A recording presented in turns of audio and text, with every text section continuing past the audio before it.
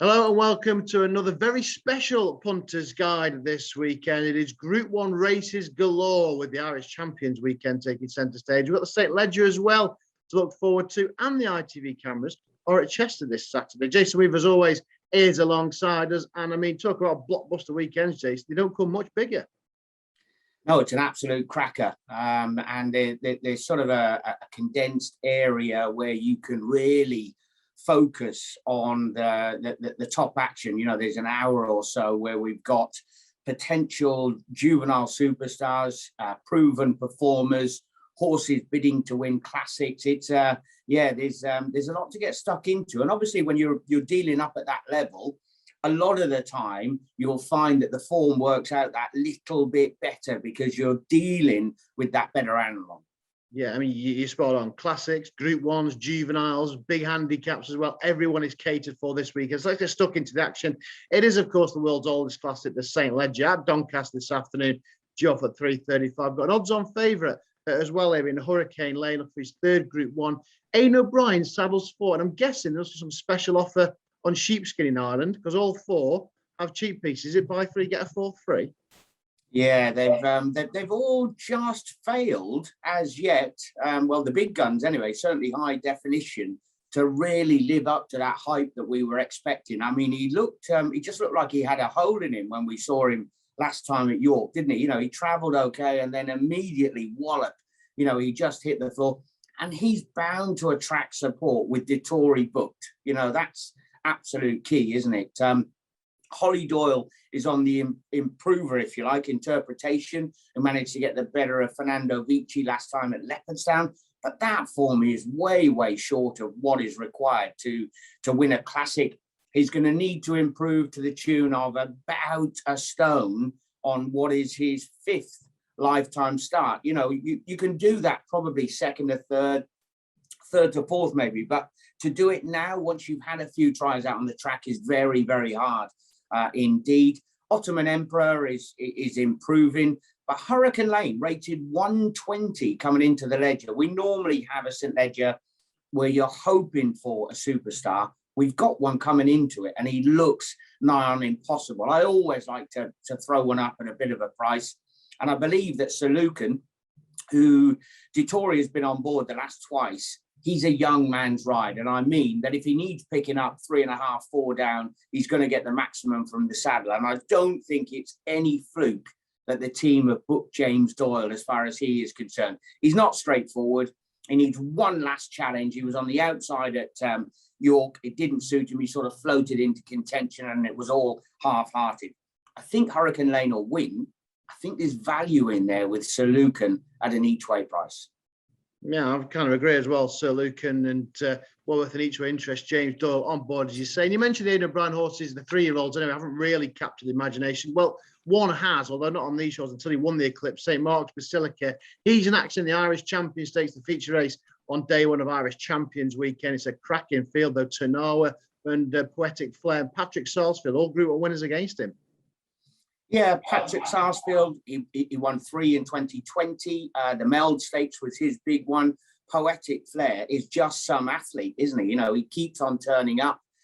There's obviously a big chunk of money on offer, and also Jim Bolger would want to support the Irish Champions weekend, so he turns up here. That adds spice to it. Turnawa, well, if you look at her record last year, she just went through the gears remarkably well, didn't she? Rounding off with a Breeders' Cup success. She's been good when she's come back. But St Mark's Basilica, the Dewhurst, the French 2000, the French Derby, the Eclipse. He's going for his 5th consecutive Group 1 in a row, and he looks to have all bases covered. Normally we have Aidan O'Brien with a block book of entries in here, thinking we can get it right from a tactics point of view.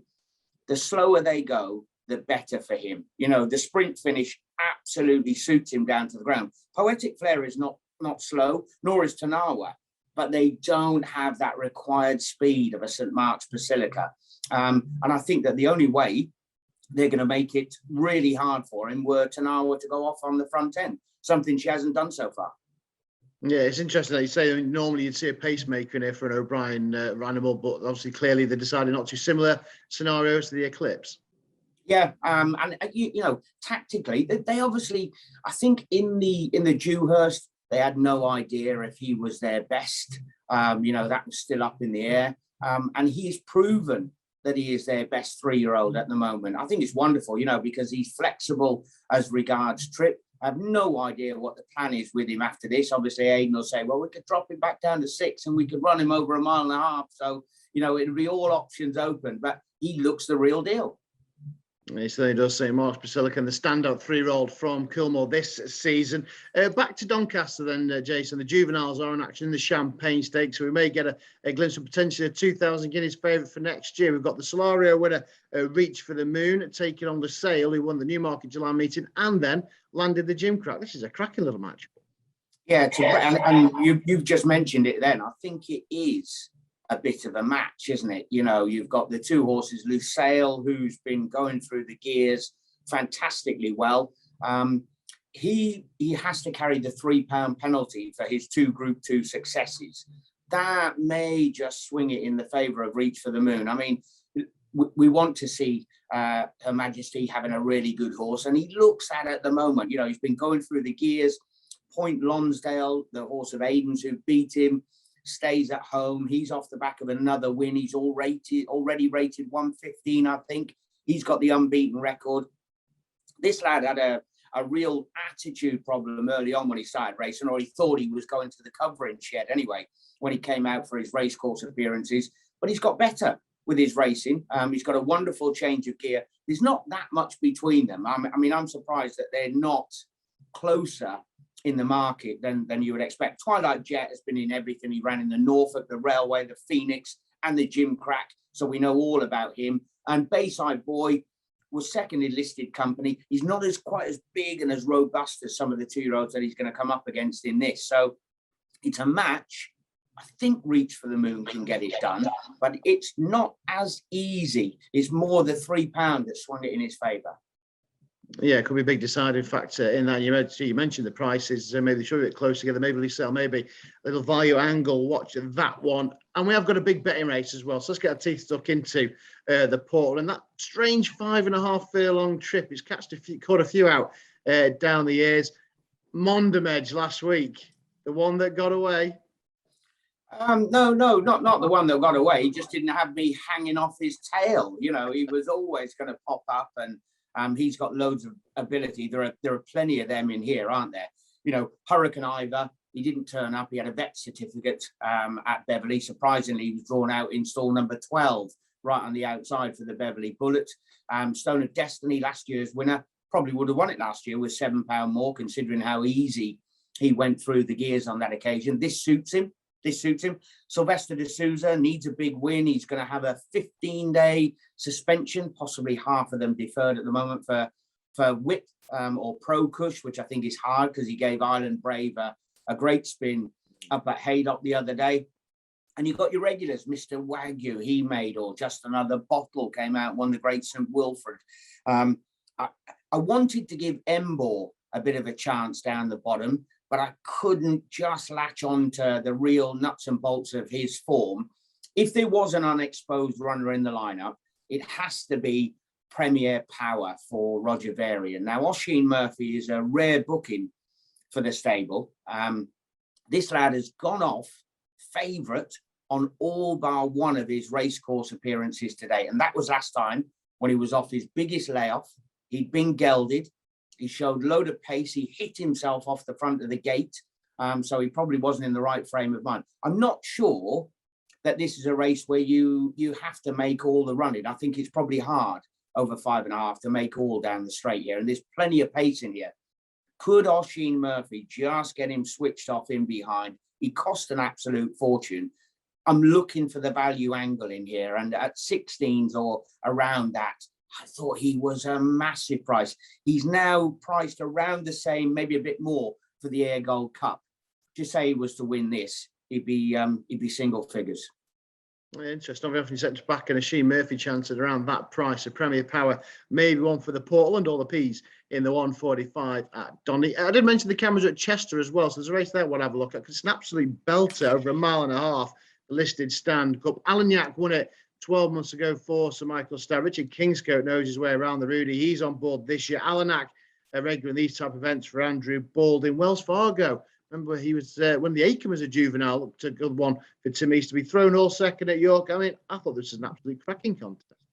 Yeah, good little lineup. You know, you Wells Fargo has got some really good form in the book. He has gone best with David Allen on board. Obviously, he's required elsewhere, so Paul Hannigan comes in for the ride.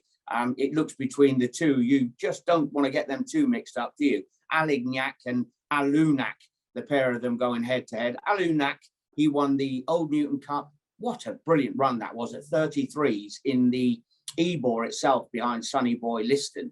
But if I was going to say there's a horse we definitely haven't seen the best of him and his true potential is Alagnac. Now, he can go on good ground, but the softer, the better. So just be aware, you know, any rain that falls is a massive positive as far as he is concerned. He's not got a great or bad record fresh, but he's been ticking along. I think he's 360 something days away from the track. But look, he's handled by a master. He goes for a lad who rides the track particularly well.